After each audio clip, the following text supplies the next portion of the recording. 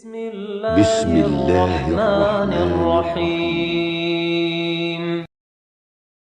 بسم الله الرحمن الرحيم الحمد لله نحمده ونستعينه ونستغفره ونعوذ بالله من شرور أنفسنا ومن سيئات أعمالنا من يهده الله فلا مضل له ومن يضلل فلا هادي له وأشهد أن لا إله إلا الله وحده لا شريك له وأشهد أن محمدا عبده ورسوله صلى الله عليه وعلى آله وأصحابه أجمعين أما بعد.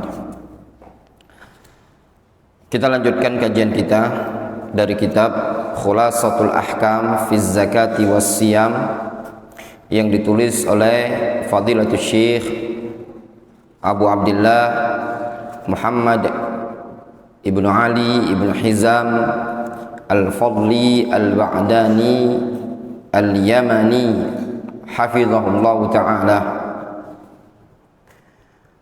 Pada pertemuan sebelumnya kita telah membaca yang disebutkan oleh beliau hafizahullah di halaman 45 terakhir pada pembahasan mata furidha syahrul Ramadan, kapan mulai diwajibkan puasa bulan Ramadan itu. Kapan diwajibkannya?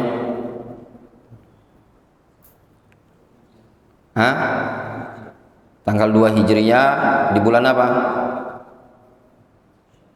Di bulan Sya'ban. Qala Asy-Syaikh mas'alatun ahwalu fardiyatis siyam, keadaan-keadaan tentang kewajiban puasa. Puasa dahulu puasa Ramadan itu sebelum kondisinya seperti sekarang ini, dulu melalui tahapan-tahapan, fase-fase. Nah, di sini disebutkan oleh Syekh Muhammad Ibnu Hizam hafizahullah taala fase-fase tersebut. Beliau menyebutkan umiral muslimuna awalan bisiyami yaumi Asyura. Kaum muslimun pertama kali mereka diperintahkan, diwajibkan untuk puasa Asyura. Yang tidak nyatet, tidak ada buku, silakan berdiri. Kama fis sahihain min hadithi Aisyah wa ibn Umar radhiyallahu anhum, sebagaimana yang disebutkan dalam Bukhari Muslim dari hadis Aisyah dan Abdullah ibnu Umar radhiyallahu anhum. Summa faradallahu syahra Ramadan, kemudian Allah Subhanahu wa taala wajibkan puasa Ramadan. Dulu di awal-awal Islam, puasa itu diwajibkan 1 tahun cuma sekali, yaitu puasa Asyura, puasa tanggal 10 Muharram. Berdasarkan hadis yang diriwayatkan oleh Imam Al-Bukhari, Imam Muslim dari sahabat Abdullah ibnu Umar dan juga Aisyah radhiyallahu anhuma. Lalu dengan berjalan waktu melalui fase, Allah Subhanahu wa taala hapus hukum puasa Asyura yang wajib tadi, berubah menjadi sunnah. Jadi yang puasa tadi hukumnya wajib berubah menjadi sunnah. Lalu Allah Subhanahu wa taala wajibkan puasa Ramadan. Tsumma faradallahu syahra Ramadan. Kemudian Allah Subhanahu wa taala wajibkan puasa Ramadan. Fasara siyama yaumi Asyura mustahabban. Sehingga puasa di hari Asyura tersebut hukumnya berubah menjadi sunnah. Yang tadi hukum puasa Asyura adalah wajib berubah menjadi sunnah. Wa inda an furida syahru Ramadan kana an-nas mukhayyarin bainas siyami wal it'am. Namun tatkala puasa Ramadan itu diwajibkan, umat manusia pun pada waktu itu dikasih pilihan antara puasa dan it'am. Barang siapa yang ingin puasa silakan puasa. Namun bagi yang tidak ingin berpuasa, maka mereka punya kewajiban untuk it'am, bayar fidyah. Nah, kalau sekarang kan bagi yang kuat mampu berpuasa tidak boleh bayar fidyah, tapi dia harus berpuasa. Namun dulu di awal-awal Islam, siapa yang ingin berpuasa silakan berpuasa. Puasa hukumnya wajib. Namun siapa yang ingin bayar fidyah, tidak berpuasa, silakan bayar fidyah. Itu pengganti dari puasa. Kama qala Allah Subhanahu wa ta'ala, sebagaimana Allah Subhanahu wa ta'ala berfirman dalam Al-Qur'anul Karim, wa 'alal ladzina yutiqunahu fidyatun ta'amu miskin. Bagi orang-orang yang yutiquna, mampu untuk berpuasa namun dia tidak berpuasa, fidyatun ta'amu miskin, kata Allah Azza wa Jalla, maka dia bayar fidyah. Apa bentuk fidyahnya? Ta'amu miskin, dalam bentuk memberi makan kepada orang miskin. Faman tatawwa khairan fahuwa khairul lah wa antasumu khairul lakum in kuntum ta'lamun. Ini ayatnya ya. Kata Allah Azza wa Jalla, kalau kalian berpuasa itu jauh lebih baik bagi kalian kalau kalian mengetahuinya. Summa nasakhallahu dzalika fa'ujaba siyam. Lalu Allah Subhanahu wa taala hapus hukum tersebut dalam Al-Baqarah 184. Maka Allah Subhanahu wa taala wajibkan puasa secara total. Tidak ada istilah fidyah-fidyahan lagi. Biqaulihi faman syahida minkumus syahra falyasumhu, yaitu dengan firman Allah Azza wa Jalla, barang siapa di antara kalian yang melihat, berjumpa, menyaksikan bulan Ramadan, falyasumhu, hendaklah dia berpuasa. Sehingga puasa hukumnya wajib ya, secara total. Dia orangnya sehat, muslim, baligh, mampu untuk berpuasa, maka puasa hukumnya wajib. Wa dalilu ala dzalika haditsu Salamah ibn al-Aqwa radhiyallahu anhu. Dalil argumentasi akan hal tersebut adalah hadis Salamah ibn al-Aqwa radhiyallahu anhu fi sahihain, yang disebutkan dalam Bukhari Muslim. Lamma nazalat hadhil ayah, tatkala turun ayat ini, yaitu ayat Al-Baqarah 184, wa 'alal ladzina yutiqunahu fidyatun ta'amu miskin. Tatkala turun ayat ini, kata Salamah ibn Aqwa, kana man arada yuftira yaftadi. Dulu siapa yang ingin tidak berpuasa maka dia bayar fidyah. Hatta nazalatil ayatul lati ba'daha, sampai turun ayat yang setelahnya. Apa itu? Al-Baqarah 185. Faman syahida minkumus syahra falyasumhu. Barang siapa yang menyaksikan masuknya bulan Ramadan, nampak hilal Ramadan, maka dia berpuasa. Faiz, silakan berdiri. Fanasakhotha, lalu ayat tersebut menghapus ayat Al-Baqarah 1884. Ya. Ini majelis ilmu. Ya. Anda tidak suka kalau ada di majelis ilmu main-main, bercanda, ngobrol, ya, tidak diperbolehkan.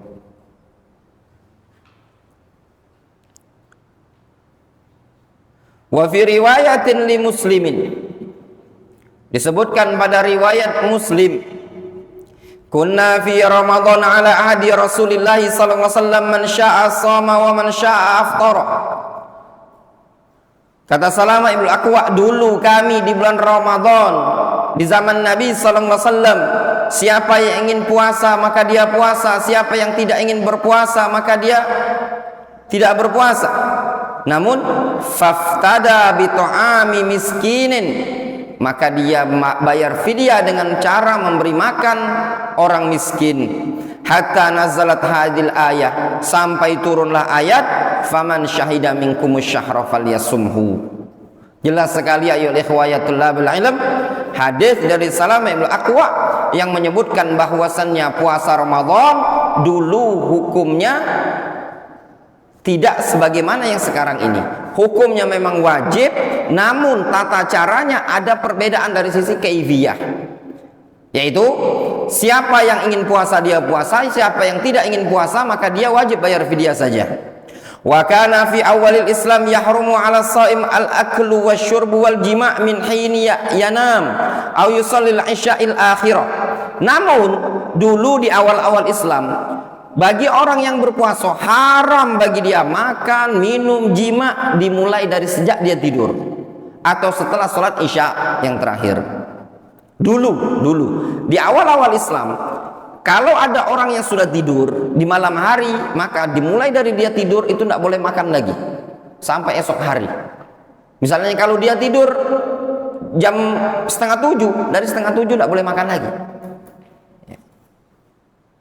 Fa ayyuma wajada awwalan hasala bi tahrim, maka apapun yang dia dapati salah satu dari dua perkara tadi, isaul akhirah atau ketiduran, maka terjadi pengharaman, tidak boleh makan dan minum dan jima tadi. Tsumma nusikha, kemudian dihapus hukumnya, wa ubiha lahu dzalika ila tulu'il fajri.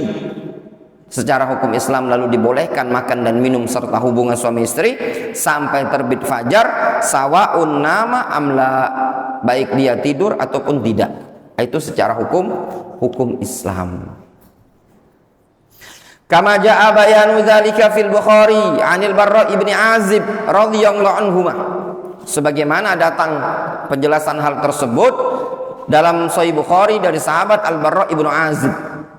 Dulu ada seseorang sahabat bernama Qais ibnu Sirmah. Nah, dia ini punya kerjaan berat sehari-hari. Ya, layaknya dulu di zaman dulu ya, kerja mungkin berladang, kerja keras. Sore hari di bulan Ramadan dia pulang, dia tanya ke istrinya, hal indaki ta'am, engkau punya makanan, ada makanan tidak untuk buka puasa? Kata Qais ibnu Sirmah kepada istrinya.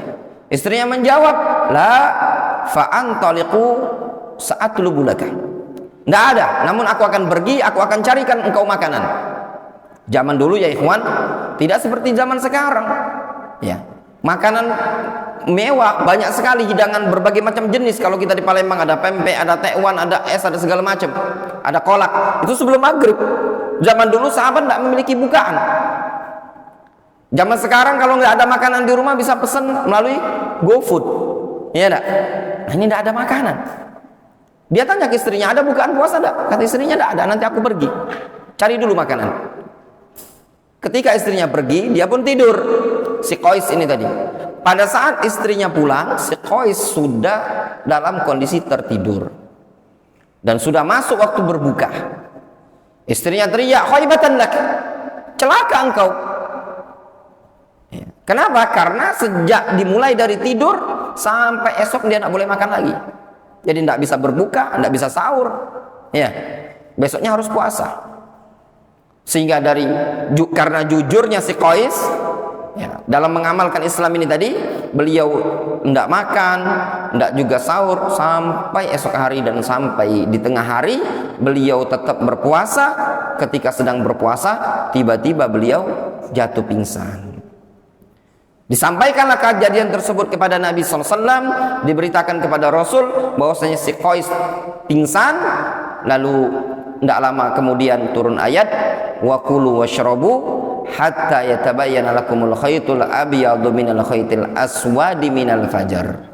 Makan dan minumlah oleh kalian, silahkan kalian mau makan mau minum sampai nampak bagi kalian waktu subuh. Sehingga saat ini yang berlaku adalah bolehnya makan di malam hari. Makanya antum ketika selesai tarawih ada makanan, antum bisa lanjut makan kan. Nah itu tadi, itu merupakan rahmatnya Islam yang dibawa oleh Nabi kita Muhammad SAW. Tolong buka pintu itu, pintu besar itu dibuka.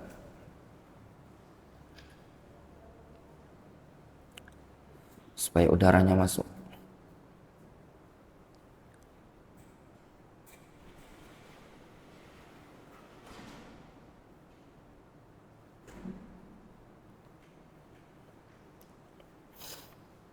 Jelas ya? Wadihun jiddan. Wa thabata dzalika aidan min hadithi Abi Hurairah radhiyallahu anhu bi isnadin sahih. Akhrajahu Ibnu Jarir kama fi Durril Mansur. Wa kama fi tafsiri Ibni Katsir min suratil Baqarah wa akhrajahu Abu Dawud min hadits Ibni Abbas radhiyallahu anhuma. Mas'alatun. Mata yajibu siyam syahri Ramadan? Nah, kapan wajib puasa Ramadan ini tadi? Kapan? Apa patokan wajibnya puasa Ramadan? Bagaimana tolak ukur tentang kewajiban puasa Ramadan? Wa yajibu shaumu Ramadan bi ru'yati ihlalihi au ikmali iddati Sya'ban 30 yauman. Wajib puasa Ramadan dengan ru'yah hilal, berdasarkan ru'yatul hilal, atau dengan cara penyempurnaan bilangan Sya'ban. Itu cara yang syar'i yang disebutkan dalam hadis dari Nabi SAW. Tidak ada cara yang lain. Adapun cara yang lain yang disebutkan oleh sebagian para ahli fikih seperti cara hisab, cara seperti ini tidak berdasarkan riwayat dari Nabi SAW. Ya, tapi berdasarkan riwayat Anda betul-betul melihat hilal. Adapun kalau sekarang sudah dipastikan bahwasanya puasa tanggal 11 Maret itu adalah metode hisab. Metode hisab ini tadi adalah metode yang tidak sesuai dengan sunnah Nabi SAW. Ya, karena tidak bisa kita perkirakan nantinya. Lima jaa fi sahihain min hadits Ibnu Umar radhiyallahu anhu anna an-nabiy sallallahu alaihi wasallam qala idza ra'aitumuhu fasumu wa idza ra'aitumuhu fa'aftiru.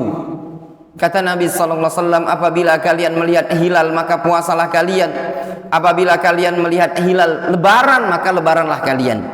Fa in ghumma 'alaikum faqdurulah. Kalau tertutupi awan hilal tersebut maka kira-kirakanlah.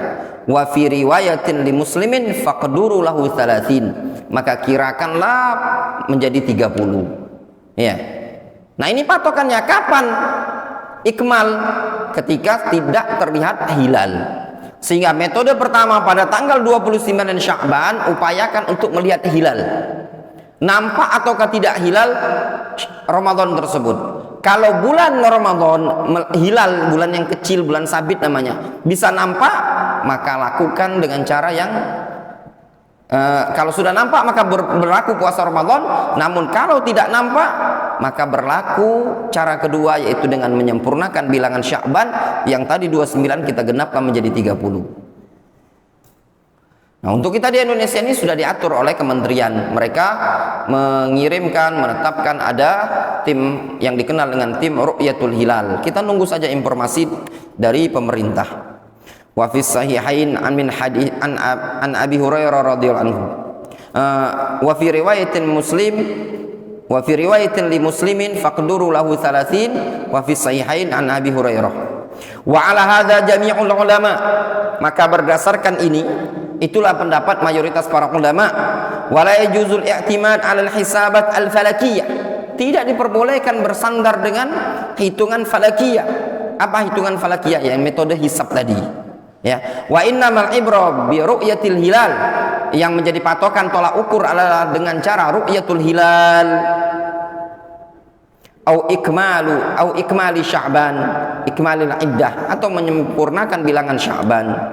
Wa yushra'u istikhdamul manazir al hadits wal alatil muqarribah li ru'yatil hilal bila khilafin na'lamuhu baina ahli ilmi. Kata Syekh Muhammad Ibn Hizam, juga diperbolehkan, ya, diperbolehkan menggunakan alat teropong yang zaman modern ini, ya, untuk melihat hilal dengan tanpa ada khilaf di kalangan para ulama tentang kebolehannya. Para ulama membolehkan. Jadi untuk melihat hilal itu dengan menggunakan teropong itu diperbolehkan, ya. Kemudian mas'alatun, hal ru'yatu ahli baladin takunu mulzimatan lil buldanil ukhra? Apakah ru'ya suatu negeri mengharuskan ru'ya untuk negeri-negeri yang lain? Hal ru'yatu ahli baladin mulzimatan lil buldanil ukhra? Apakah ru'ya suatu negeri itu mengharuskan untuk negeri yang lain juga ikut? Faham gambarannya, Wandi? Misalkan Saudi Arabia muncul ru'ya hilal di sana, apakah menuntut harus bagi negeri-negeri yang lain ngikut Saudi Arabia? Faham? Atau dengan istilah lain, apakah ru'ya itu adalah satu matlak? Apabila satu muncul hilal, maka berlaku bagi seluruh negara. Kita baca keterangan Syekh Muhammad Ibn Hizam. Yaqulun Nabi sallallahu alaihi wasallam, Nabi sallallahu alaihi wasallam beliau mengatakan, sumu li ru'yatihi wa aftiru li ru'yatihi. Puasalah kalian karena melihat hilal, dan berbukalah, lebaranlah kalian kalau muncul hilal. Fa in ghamma 'alaikum fa akmilul 'iddah salasin. Kalau terjadi mendung, terhalangi, tidak mungkin bagi kalian melihat hilal, fa akmilul 'iddah salasin. Maka sempurnakan bilangannya sebanyak 30. Yang dikenal dengan istilah apa tadi? Ikmal. Difahami? Sehingga jelas di sini Nabi sallallahu alaihi wasallam menyebutkan apa? Penetapan awal Ramadan dengan ru'yatul hilal atau dengan ikmalus Sya'ban. Hadis muttafaqun alaihi an Ibnu Umar wa Abi Hurairah bi alfazin mutaqaribah. Kata Syekh Muhammad Ibn Hizam, yustafadu minal hadis annal buldan al mutawafiqa fi zamanin matali'is syamsi wal qamar yasumun li ru'yati man kana muwafiqan lahum fil matla'. Kata Syekh Muhammad Ibn Hizam, diambil faedah dari hadis ini bahwasannya negeri-negeri yang sacocokan waktu matla' matahari dan bulannya, maka mereka berpuasa dengan ru'ya negeri-negeri yang bercocokan matla'nya ini tadi. Difahami? Contoh yang bercocokan, Saudi Arabia, Yaman, Mesir, itu kan satu wilayah. Abu Dhabi. Maka apabila terlihat, maka berlaku untuk seluruh wilayah ini tadi. Kalau kita misalkan Indonesia, Malaysia, Brunei, apabila terlihat, maka berlaku untuk seluruh wilayah negara-negara yang berdekatan tadi. Kemudian beliau mengatakan, wa amma idza taba'adatil matali'. Adapun kalau matlaknya berjauhan, matlak gugusan matahari dan bintangnya tadi, ya, matlak itu garis edarnya lah ya.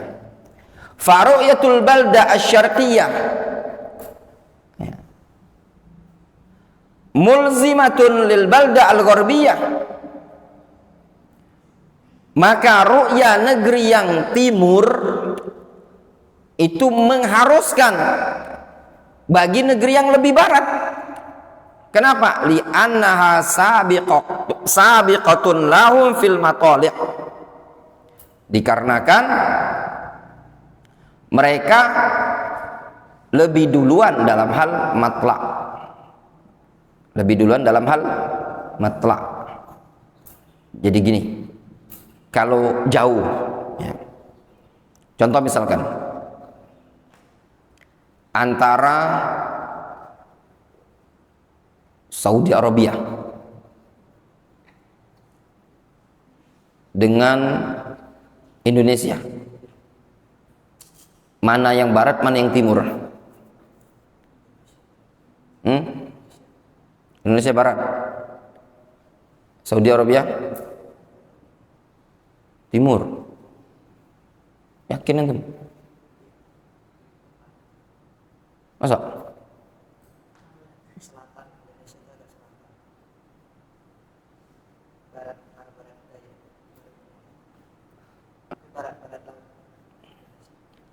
Mana yang lebih barat, mana yang timur, itu aja pertanyaan. Enggak barat laut, enggak barat daya, enggak utara, enggak selatan. Indonesia lebih barat. Antum tahu patokan timur sama barat itu apa? Indonesia barat atau timur? Lebih barat. Saudi lebih timur. Nah, gitu loh. Ya enggak? Indonesia lebih barat. Kenapa patokan Indonesia dikatakan lebih barat?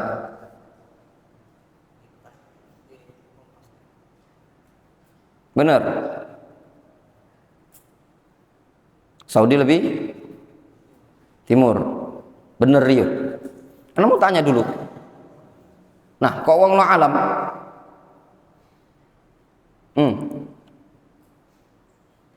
Yang mana yang lebih barat? Indonesia atau Saudi Arabia?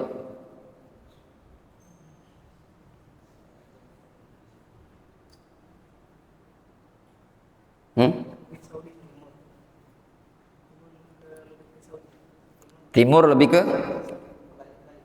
Saudi. Gimana antum? Antum saja berbeda pendapat. Yang benar yang mana? Indonesia lebih timur. Hah? Arab lebih barat. Nah, gitu. Itu yang benar.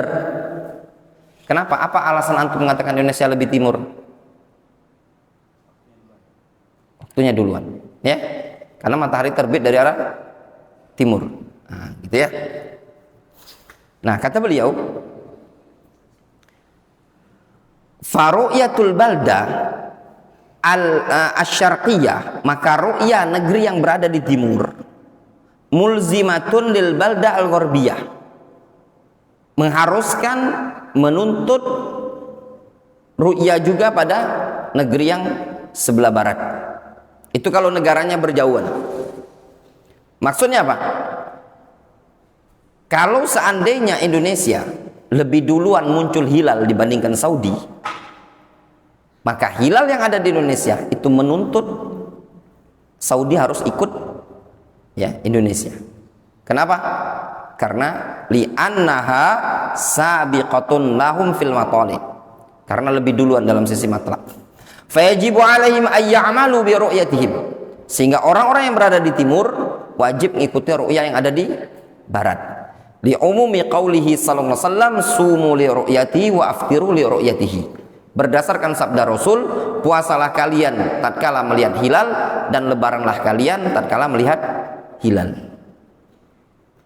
Nah, dicontohkan. Falau ra'al muslimun al-udul al-hilala fi biladi Indonesia. Kalau seandainya kaum muslimun, ya, orang-orang yang adil melihat hilal fi biladi Indonesia, di negeri Indonesia, wajib alaina fil Yaman wa fil mamlakati Saudiyah an na'mal bi ru'yatihim. Maka wajib bagi kita yang ada di Yaman dan yang ada di Saudi Arabia mengamalkan ru'yah yang ada di Indonesia. Difahami? Jelas? Nah, itu maknanya tadi. Syekh menyebutkan langsung Indonesia. Kenapa? Karena sering banyak kasus Indonesia ini ditanyakan ke masyayikh yang ada di Yaman. Dan memang orang Indonesia itu banyak belajar di Yaman, ya. Ma'ruf, ya. Indonesia itu banyak sekali yang belajar di Yaman. Mungkin kalau dihitung-hitung antara orang Indonesia yang belajar di Saudi Arabia, lebih banyak yang belajar di Yaman. Ya. Yang di Hadramaut banyak itu. Para habaib kan kalau mereka ngirim murid kemana? Umar Hafid ya, itu tadi. Ke Darul Mustafa, Al-Ahqaf, itu tadi, sana. Ya, Ahlus Sunnah, Salafiyun, ya, ke Duarul Hadis. Jadi kalau perbandingan antara Saudi Arabia sama Yaman itu lebih banyak yang dikirim ke Yaman. Yang kedua juga orang Indonesia itu lebih banyak di Yaman karena di sana itu tidak mesti beasiswa. Bisa belajar sana tanpa beasiswa. Kalau Saudi kan harus beasiswa. Tapi cari kerjaan di Saudi lebih banyak orang Indonesia. Kalau di Yaman nggak ada tempat kerjaan. Namun kata beliau, walakin la yajibu 'alal buldani syarqiyyah an ta'mal bi ru'yati duwal al-gharbiyyah al-lahiqa laha bi matali'is syamsi wal qamar ma'a bu'diha. Akan tetapi tidak wajib bagi negeri-negeri yang di timur untuk mengamalkan ru'ya negeri-negeri yang di barat. Ya. Dengan matlak matahari atau matlak bulan yang terjadi setelahnya tadi. Enggak. Difahami?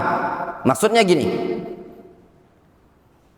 Sebaliknya, misalkan Saudi Arabia muncul hilal, apakah berlaku bagi kita yang ada di Indonesia?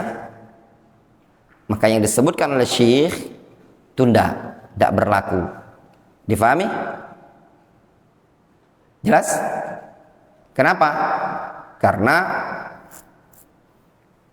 dia di sana hilalnya setelah Saudi Arabia, matlaknya tadi. Ya, hilal Saudi itu setelah Indonesia. Falaisan ru'yatu biladil Maghrib wal Andalus mulzimatin li buldani al-Jazirah al-Arabiyah wala 'alal buldan asy-syarqiyyah. Maka ru'ya di negeri Maroko Maghrib, negeri Andalusia, Spanyol tidak menuntut harus adanya ru'ya juga pada negeri-negeri Jazirah Arab, tidak pula di negeri-negeri yang timur, lihtimali ayyakuna zuhrul hilal sa'ata idin falaysa bihujjatin 'alal buldan as-sabiqa lahum fil matali' wa billahi taufik. Kenapa? Dikarenakan ada ihtimal munculnya hilal itu cuma pada waktu itu saja, ya, sehingga tidak bisa dijadikan hujjah bagi negeri-negeri yang sebelumnya untuk dalam hal matlak. Difahami? Nah, itu tadi inti yang disebutkan oleh Syekh Muhammad bin Hizam. Kalau mau kita kesimpulkan, ada berapa kesimpulan ini? Jadi ada tiga kesimpulan. Kesimpulan pertama, apabila muncul hilal di suatu negeri, dilihat apakah berdekatan negaranya tadi satu matlak, tidak. Kalau dia satu matlak, maka berlaku bagi seluruh negara yang berdekatan tadi. Namun kalau berjauhan negaranya, maka dirinci. Apabila muncul hilal di negara-negara yang lebih barat, ya, apabila muncul hilal di negara-negara yang lebih timur, maka berlaku juga di negara-negara yang barat. Kenapa? Karena yang timur itu lebih dahuluan hilalnya. Konsekuensinya juga mengilzam bagi yang lebih barat. Seperti apabila muncul hilal di Indonesia, maka berlaku juga di Saudi Arabia. Dan bagaimana dengan sebaliknya? Itu rincian yang ketiga. Apabila hilal muncul di negara-negara yang lebih timur, maka tidak berlaku bagi negara-negara yang apabila hilal muncul di negeri-negeri yang lebih barat, maka tidak berlaku bagi negeri-negeri yang lebih timur. Difahami? Jadi ada sebaliknya tadi ya. Kenapa? Karena hilal yang datang setelah negeri yang lebih timur tadi, yaitu hilal yang berada di negara barat, itu tidak bisa mengharuskan bagi yang lebih timur. Wallahu a'lam.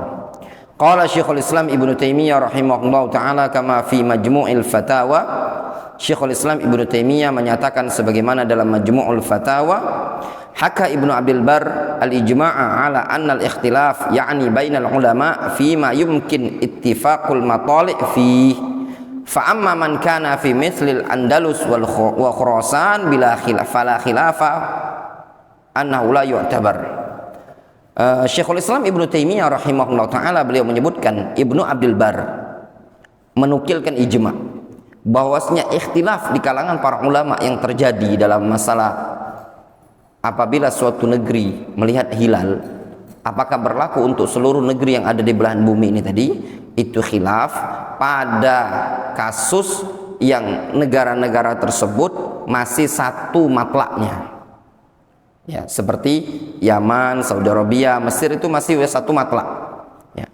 Fa amma man kana mithlul Andalus wa Khurasan, adapun bagi yang beda matlaknya memang sudah jauh, jarak jamnya juga jauh, fala khilafa annahu la yu'tabar, maka tidak ada khilaf bahwasanya matlak tersebut tidak teranggap. Wallahu alam. Ini faedah baru yang ana dapatkan dari Syekh Muhammad Ibn Hizam. Rincian seperti ini dan nukilan dari Syekhul Islam Ibnu Taimiyah itu lebih menguatkan hati ana pribadi bahwasanya apabila di Saudi Arabia muncul hilal dan Indonesia dinyatakan tidak muncul hilal, maka kita Indonesia tidak ikut berpuasa. Hadza qaul insyaallah aula wa a'dal insyaallah taala, sebagaimana yang disebutkan rincian oleh Syekh Muhammad Ibn Hizam Al-Fadli Al-Wa'dani hafizahullah taala. Masalah berikutnya, asyhada ala ru'yatil hilal, persaksian tentang melihat hilal. Akhraja Abu Dawud bi isnadin sahih an Ibnu Umar radhiyallahu anhuma, riwayat yang disebutkan dari sahabat Abdullah bin Umar yang dikeluarkan oleh Abu Dawud dalam sunannya. Abdullah bin Umar qol, beliau mengatakan, tara an-nasu al-hilala, orang-orang pun melihat hilal, mereka saling melihat hilal di zaman Nabi SAW.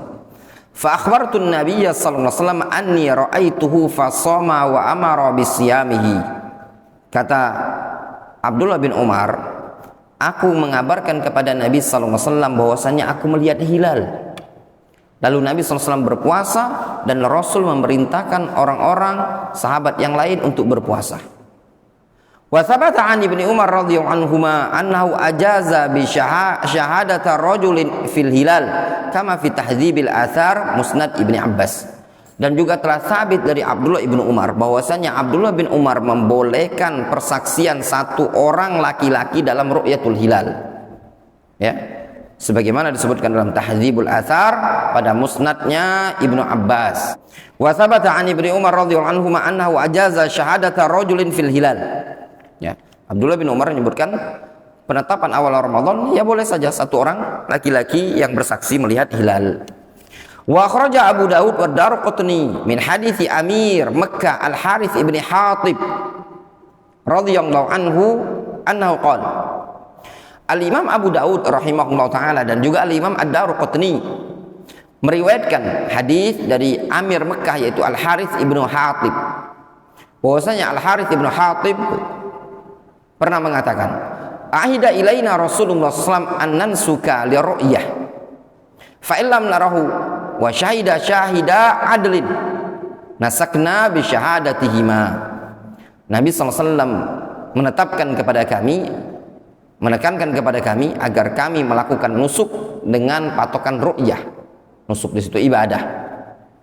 Fa illam nara, apabila kami tidak melihat hilal tersebut, wa syahida syahida adlin, dan bersaksi dua orang saksi yang adil, nasakna bi syahadatihima, kami melakukan patokan nusuk ibadah, ya, dengan persaksian dua orang tadi.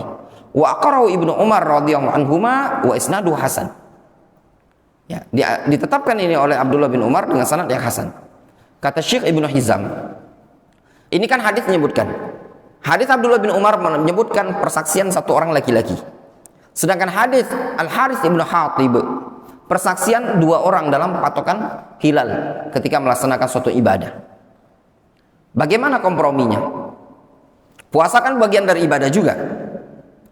Kita baca. Fayustafadu minal haditsain anna syahada li ru'yati Ramadan tasihhu bi syahadati rajulin wahidin adlin minal muslimin.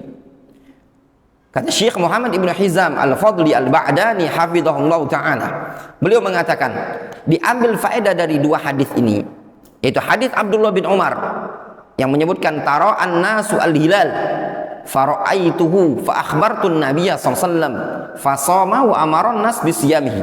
Itu hadis menyebutkan satu rajulin yang bersaksi. Sedangkan hadis Al-Harits Ibnu Hatib dengan lafaz wa syahida adlin, bersaksi dua orang yang adil. Fa nasakna bi syahadatihima, ini dua. Bagaimana komprominya? Sehingga kata Syekh bin Hizam, berdasarkan dua hadis tadi dikesimpulankan dalam penetapan ru'yat Ramadan cukup ya dinyatakan sah dengan persaksian satu orang yang adil dari kalangan kaum muslimin. Wa ru'ya lil khuruj min Ramadan tasbutu bi syahadati rajulain adlain minal muslimin. Adapun dalam menentukan keluarnya Ramadan harus penetapan hilalnya dengan dua orang yang bersaksi dari kalangan orang yang adil dari kalangan kaum muslimin. Jadi persaksiannya harus dari dua orang yang adil minal muslimin. Wa hadza qaulu Syafi'i wa Ahmad wa Ibnu Mubarak wa huwa al-asah min aqwalil ulama'i wallahu alam. Dan ini yang lebih sahih, ya, pendapat yang paling sahih dari pendapat para ulama. Ini merupakan pendapat Imam Syafi'i, Imam Ahmad dan juga Abdullah bin Mubarak. Difahami? Sehingga kesimpulannya, dalam menetapkan awal Ramadan cukup ru'ya satu orang yang adil. Namun dalam penetapan awal-awal bulan yang lain, bulan Syawal, Dzulqa'dah, Dzulhijjah, Muharram dan seterusnya, itu harus dua orang yang adil. Difahami? Jelas? Ini jamaknya. Wallahu a'lam. Hakadha juga yang rajjahu Syekhuna Faqihul Yaman Abdurrahman Ibnu Umar Al-Adani rahimahullahu taala rahmatan wasi'ah wa askanahu fasiha jannatihi. Ya. Syekh Abdurrahman dulu merojikan yang demikian ini juga. Jelas? Kemudian mas'alatun idza ja'atil bayyinah bi ru'yatil hilal, apabila datang bayyinah, bukti tentang ru'yatul hilal, ada bukti kevalidan, betul-betul valid, ada orang yang menyatakan melihat hilal, ada bukti. Wa qad asbahan nas ala ikmalil iddah, namun ternyata umat manusia berada dalam kondisi penyempurnaan 30 Sya'ban.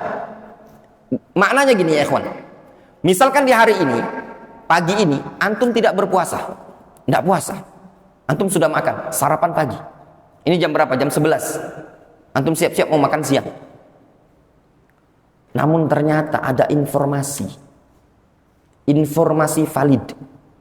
Ternyata semalam adalah penyempurnaan bilangan, bahwasanya semalam yang dilakukan penyempurnaan Sya'ban, ternyata ada yang lihat hilal. Ya, ada yang lihat hilal dan valid. Permasalahannya apa yang harus antum lakukan? As-sahih min aqwalil ulama, pendapat yang sahih di kalangan para ulama, annau in kana dzalika fi bidayati syahr min Ramadan, apabila yang demikian itu terjadi di awal-awal bulan Ramadan, ya, terjadi di awal-awal bulan Ramadan, fa innan nas yasumun, orang-orang sedang berpuasa, min awwali ma ya'tihim al-khabar, di awal-awal dapat informasi mereka berpuasa. Ana ulang ya, as-sahih min aqwalil ulama, pendapat yang sahih di antara keterangan para ulama, annahu in kana dzalika fi bidayati syahr min Ramadan fa innan nas yasumuna min awwali ma ya'tim al-khabar wa yujzi'uhum as-shaum wa man ihtata bi qada'i yaumin fayushra' lahu dzalik. Kesimpulannya, kalau memang ternyata tadi antum kasusnya sudah sarapan, apabila yang demikian itu terjadi di awal bulan Ramadan, orang-orang sudah puasa, ya, di awal bulan berdasarkan khobar yang ada, maka puasa mereka sah. Ya. Wa man ihtata, siapa yang ihtiyat mengqadha pada hari tersebut, itu disyariatkan saja, boleh. Faham? Jadi gini, maksudnya gini, Wandi.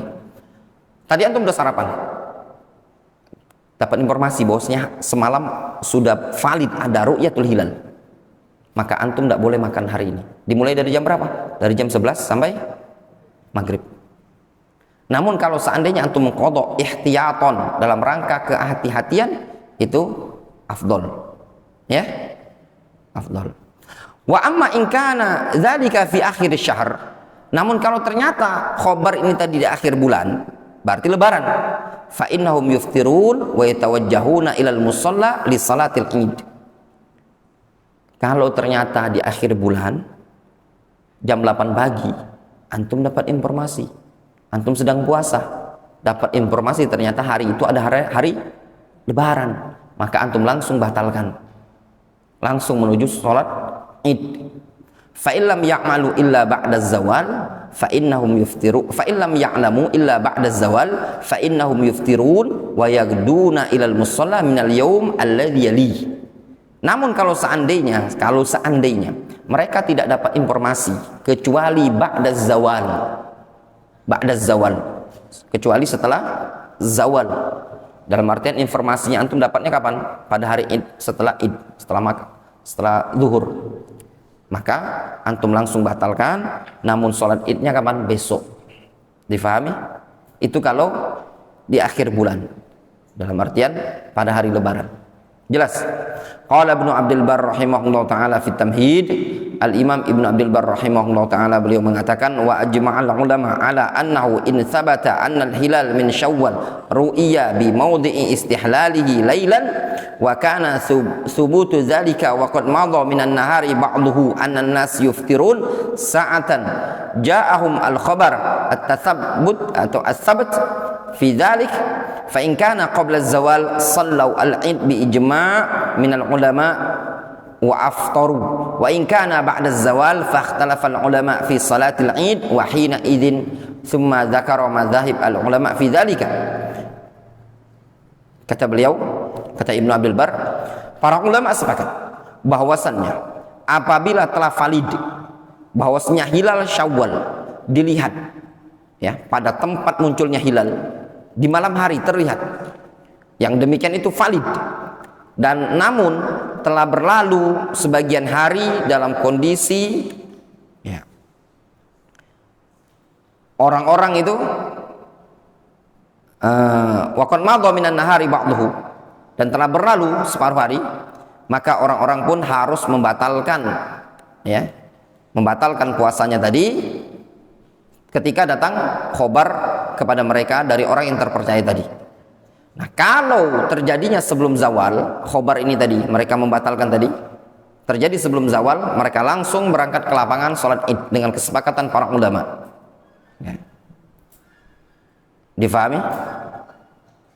Nah, jelas? Jelas ya? Pernyataan Al-Imam Ibnu Abdul Barr.